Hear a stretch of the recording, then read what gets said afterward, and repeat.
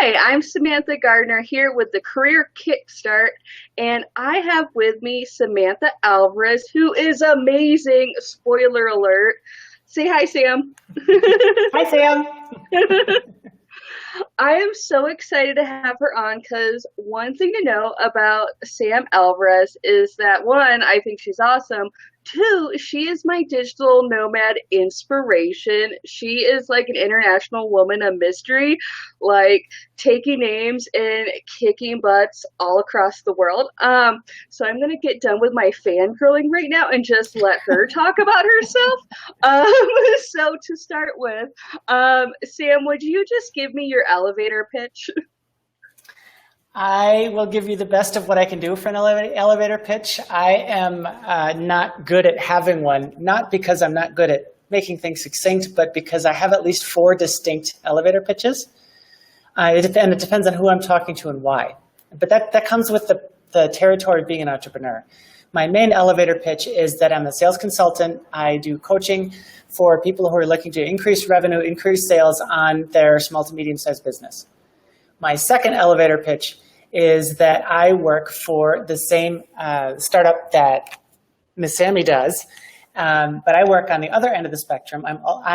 My title is as a career advisor, and I'm talking to people before they get into the course to help them decide if they want to, if it's the right thing for them, or if they should do something else. Another elevator pitch I have for myself is that I teach language courses online. I teach the emotive style language learning course. So I help people learn to hold a conversation in the language of your dreams in 30 days or less. And I've got a couple other ones, but that's enough. And I'm just going to throw out there that I actually did buy your emotive learning course because I have been working with that in Duolingo to try to get my Portuguese above being able to say that I'm a woman, except I pretty much say it badly. So you're more like having to be like, okay, honey, you did say woman somehow, past tense and present tense. But yeah, so your course is really awesome. And what I like about you, Sam, is the fact that you're so willing to go for things. In fact, I know that when I was looking over your LinkedIn, that one of the coolest things about you as a professional is that, you know, you're willing to take the jump, you're willing to try something new, and along the way, you've learned so many cool skills, you know, that it's really interesting to follow your career. So, of course, that leads me to my next question, which is, how has your career changed over the years? So I think you put this in some of the messaging about this live, that I've had 63 different jobs in my life. So that's, again, a really hard question to answer, but it's kind of fun. So I started delivering papers when I was 12, graduated to working in food service and bookstores by the time I was 16. Little Caesar's Pizza, man. And when I was 18 in college, I did a bunch of college jobs. I did tutoring. I worked with young kids doing cultural activities and homework help. And then I worked in my early 20s. Then I went to nursing school and then started working as a nurse for a couple of years. And then I started working as a nurse practitioner for a couple of years. And then I went entrepreneurial for the past 3 years. And I have been doing all kinds of crazy stuff. The past 3 years, now I do sales consulting, sales just straight up as a representative. And I also do, I do a bunch of different teaching type things with the linguistics, with the language learning course, and I also teach as a university professor online. During these 3 years when I was trying to figure out my online niche, I worked as an accountant, I worked as a content creator, I had a blogging gig or a writer. Did I say an accountant or bookkeeper? I was a bookkeeper for 2 months. I've briefly done some nurse practitioner type stuff online, just all kinds of different things. And just like you said, my career trajectory has been led by my curiosity and relationships that I make and wanting to be part of something new that was creating new opportunities for me and the people around me. For sure. And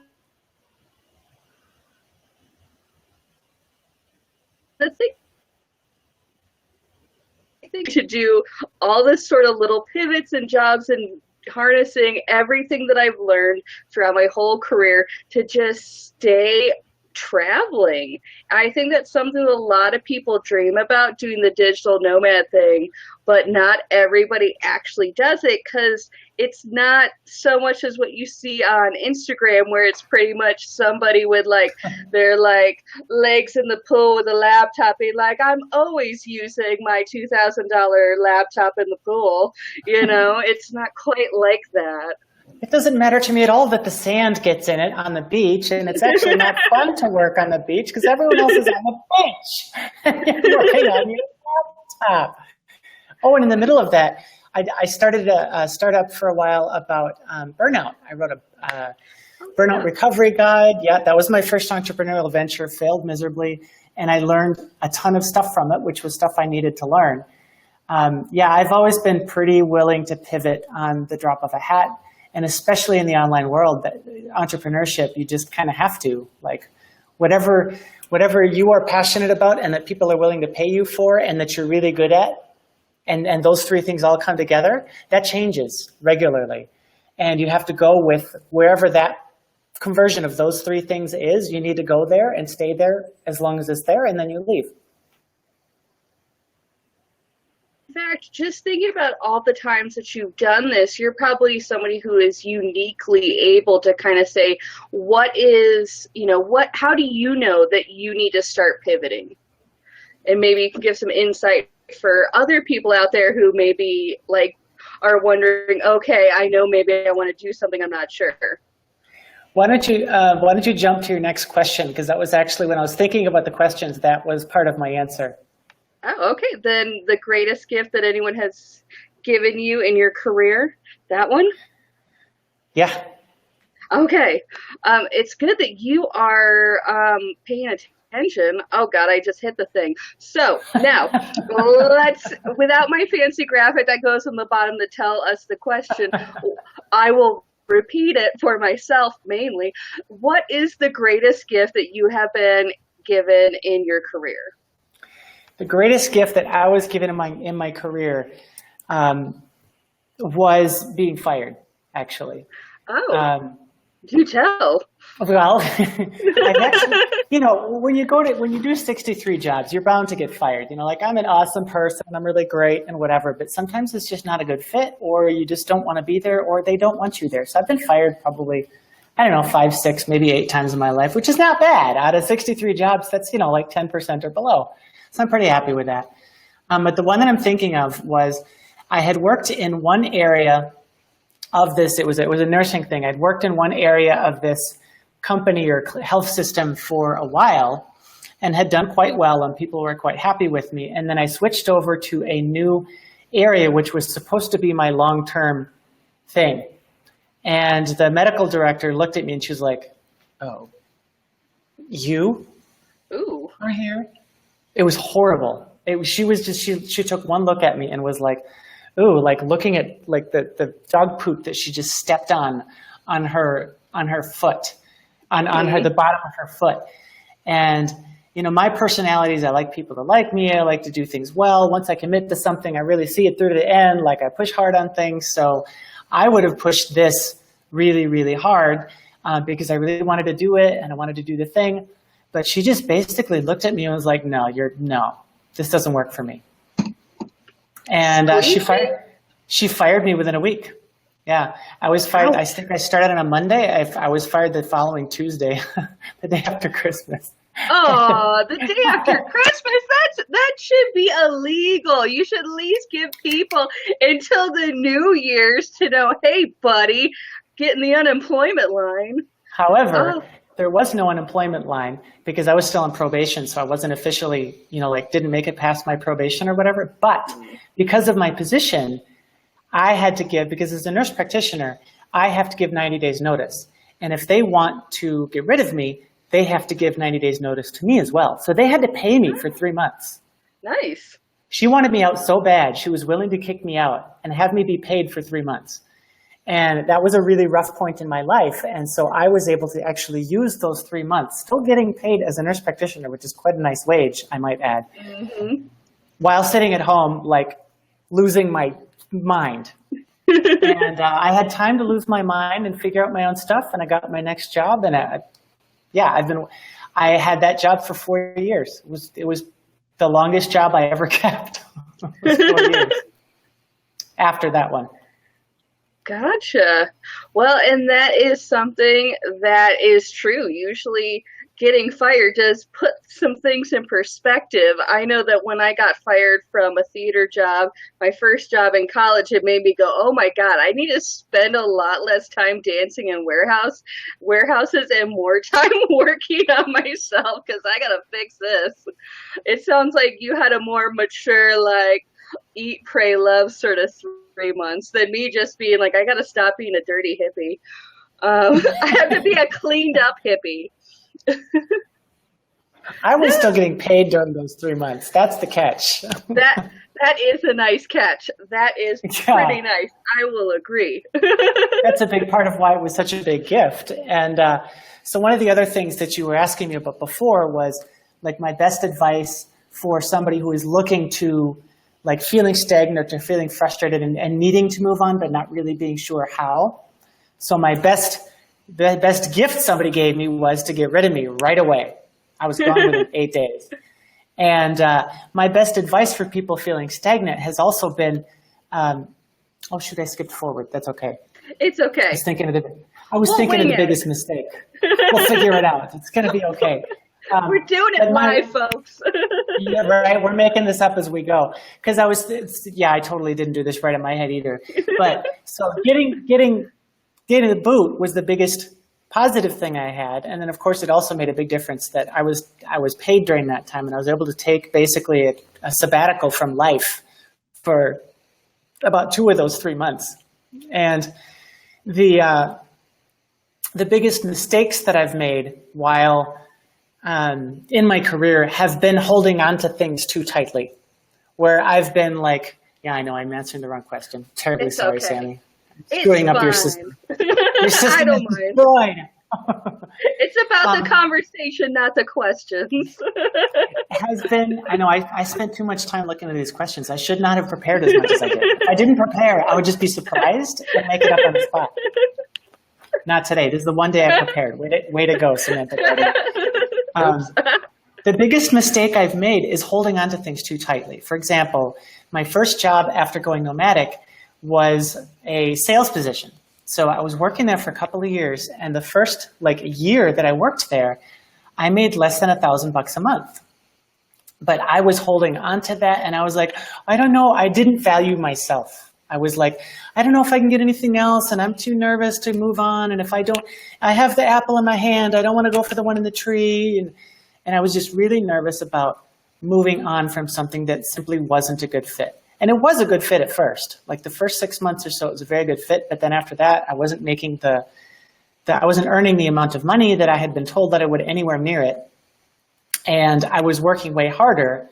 I was supposed to be a 20-hour-a-week job where I made $2,500 a month. It was a 60-hour-a-week job where I made $900 a month.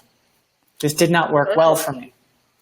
And I held on to that for almost 2 years because I didn't feel like I was worthy, that I would be able to find something else.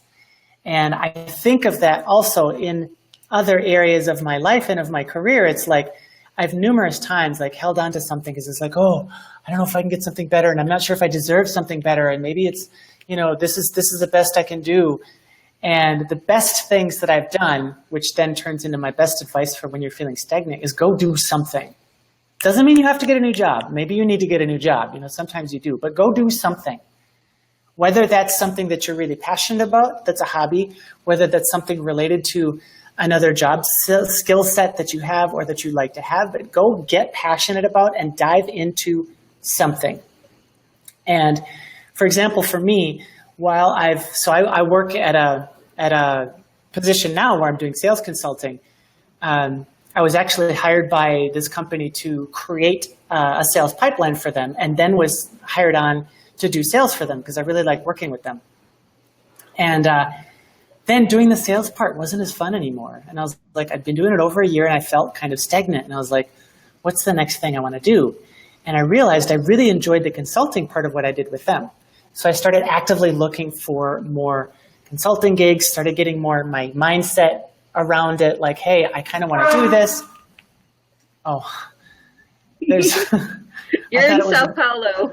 I am, and there's helicopters behind. There's helicopter pads behind me. I don't think you can see any, but there's helicopter pads behind me that make tons of noise, and the airplanes go by, and yeah, it's really cool. Life of a digital nomad, glamorously traveling the globe, currently in Sao Paulo, Brazil. I understand these things happen. Hashtag first world problem. It is true. It is true. So that's my advice. And that's what I've done in my world. When I burned out as a nurse practitioner, I couldn't do it anymore. I'd been doing nursing for about 10 years between nurse and nurse practitioner. And I was burnt out. I made a lot of money, but I just wasn't happy. And I was more than unhappy. I was miserable. And I decided to take a sabbatical. I just took 6 months off of life, and I saved up a bunch of money, and then went and spent it all in less than 6 months. Not my best trip. But I went to Japan, and Japan's really expensive. But I went to Japan to be in a Japanese school and learn Japanese and sleep on a tatami mat floor with 3 other girls where our elbows are touching because there's so little room. It was just like polar opposite of what I was living as a nurse practitioner. Where everybody's like, oh, you're the doctor, you're in charge, I'm so glad you're here, you can do this and that and the other thing, which I was.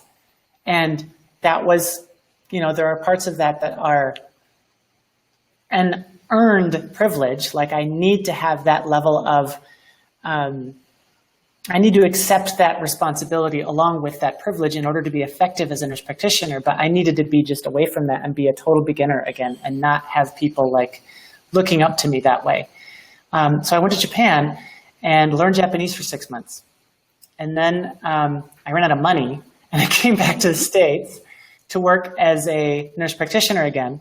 Got a couple of online jobs, started doing the sales thing, started doing the online university thing. I teach nurse practitioner students.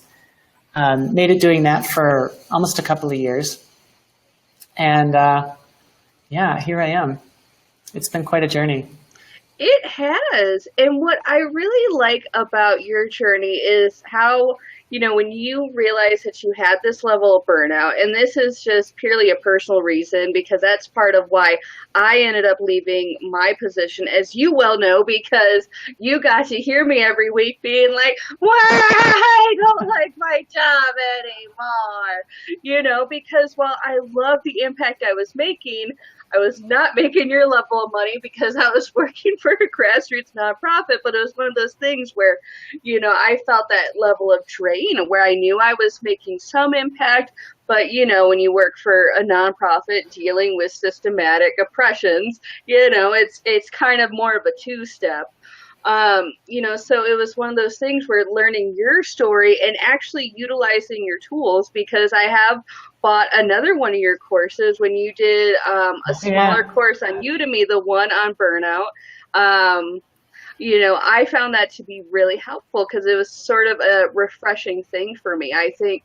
And you probably understand, coming from the same sort of almost like rural, hardworking, everything's supposed to be a struggle, with dirt on your face because the cows need to be brought in or whatever the heck. You know what I'm talking about. I'm from the Amish part of New York. You're from Wisconsin. You know how it goes, where there's no thought of it could be, you could have some sense of ease. You could have some sense of purpose. You don't need to line up, to go to, wherever you're going to complain about your job every day. And that's what I really liked about your stuff, because you were like, no, you can actually be kind of happy and mindful, and you don't need to numb yourself to your job.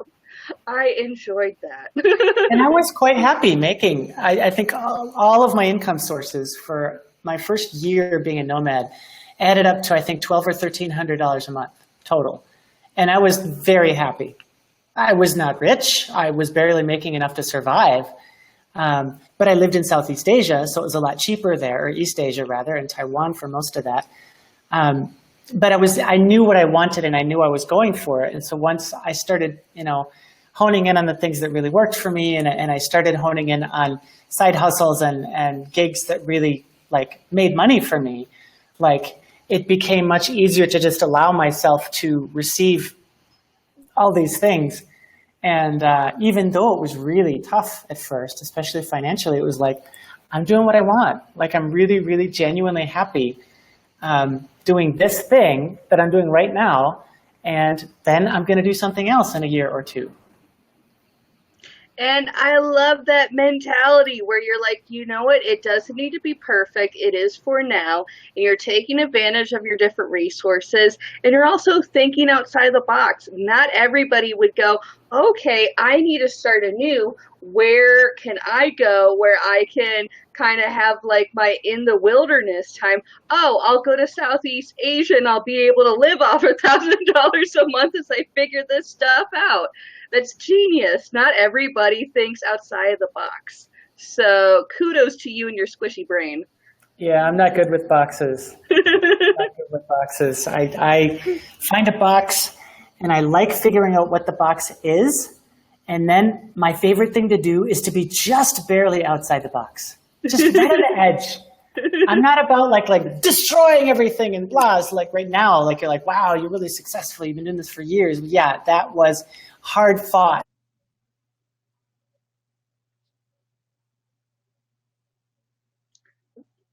Slightly out of my comfort zone every single day. And that's how I got where I am today, was by just barely being, I don't like shattering things. I like just pushing them gently along and then go, oh, okay. I'm living in São Paulo for the next, I don't know how many months until I decide to leave because I want to.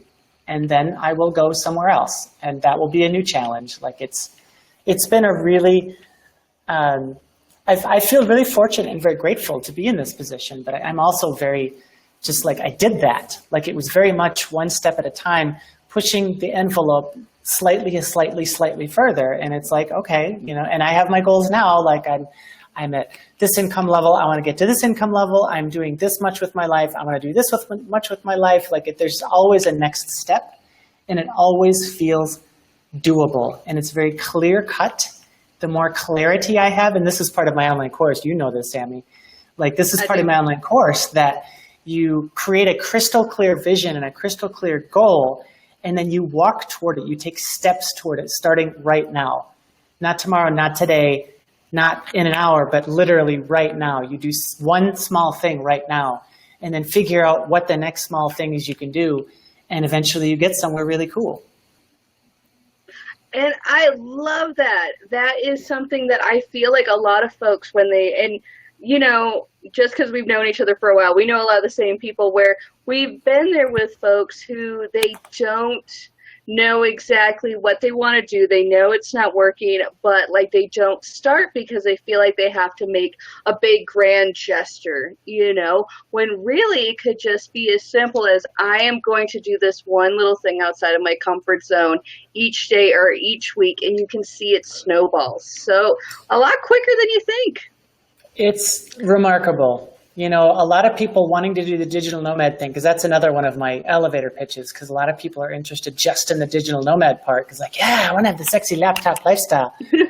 And it's great, but it's very difficult in some ways. But like a lot of people think like, oh my God, I have to replace my old salary. Otherwise, I can't do digital nomad. And it's like, I thought that at first too, but I made 6 figures at my old job. Like, how the hell am I going to make 6 figures?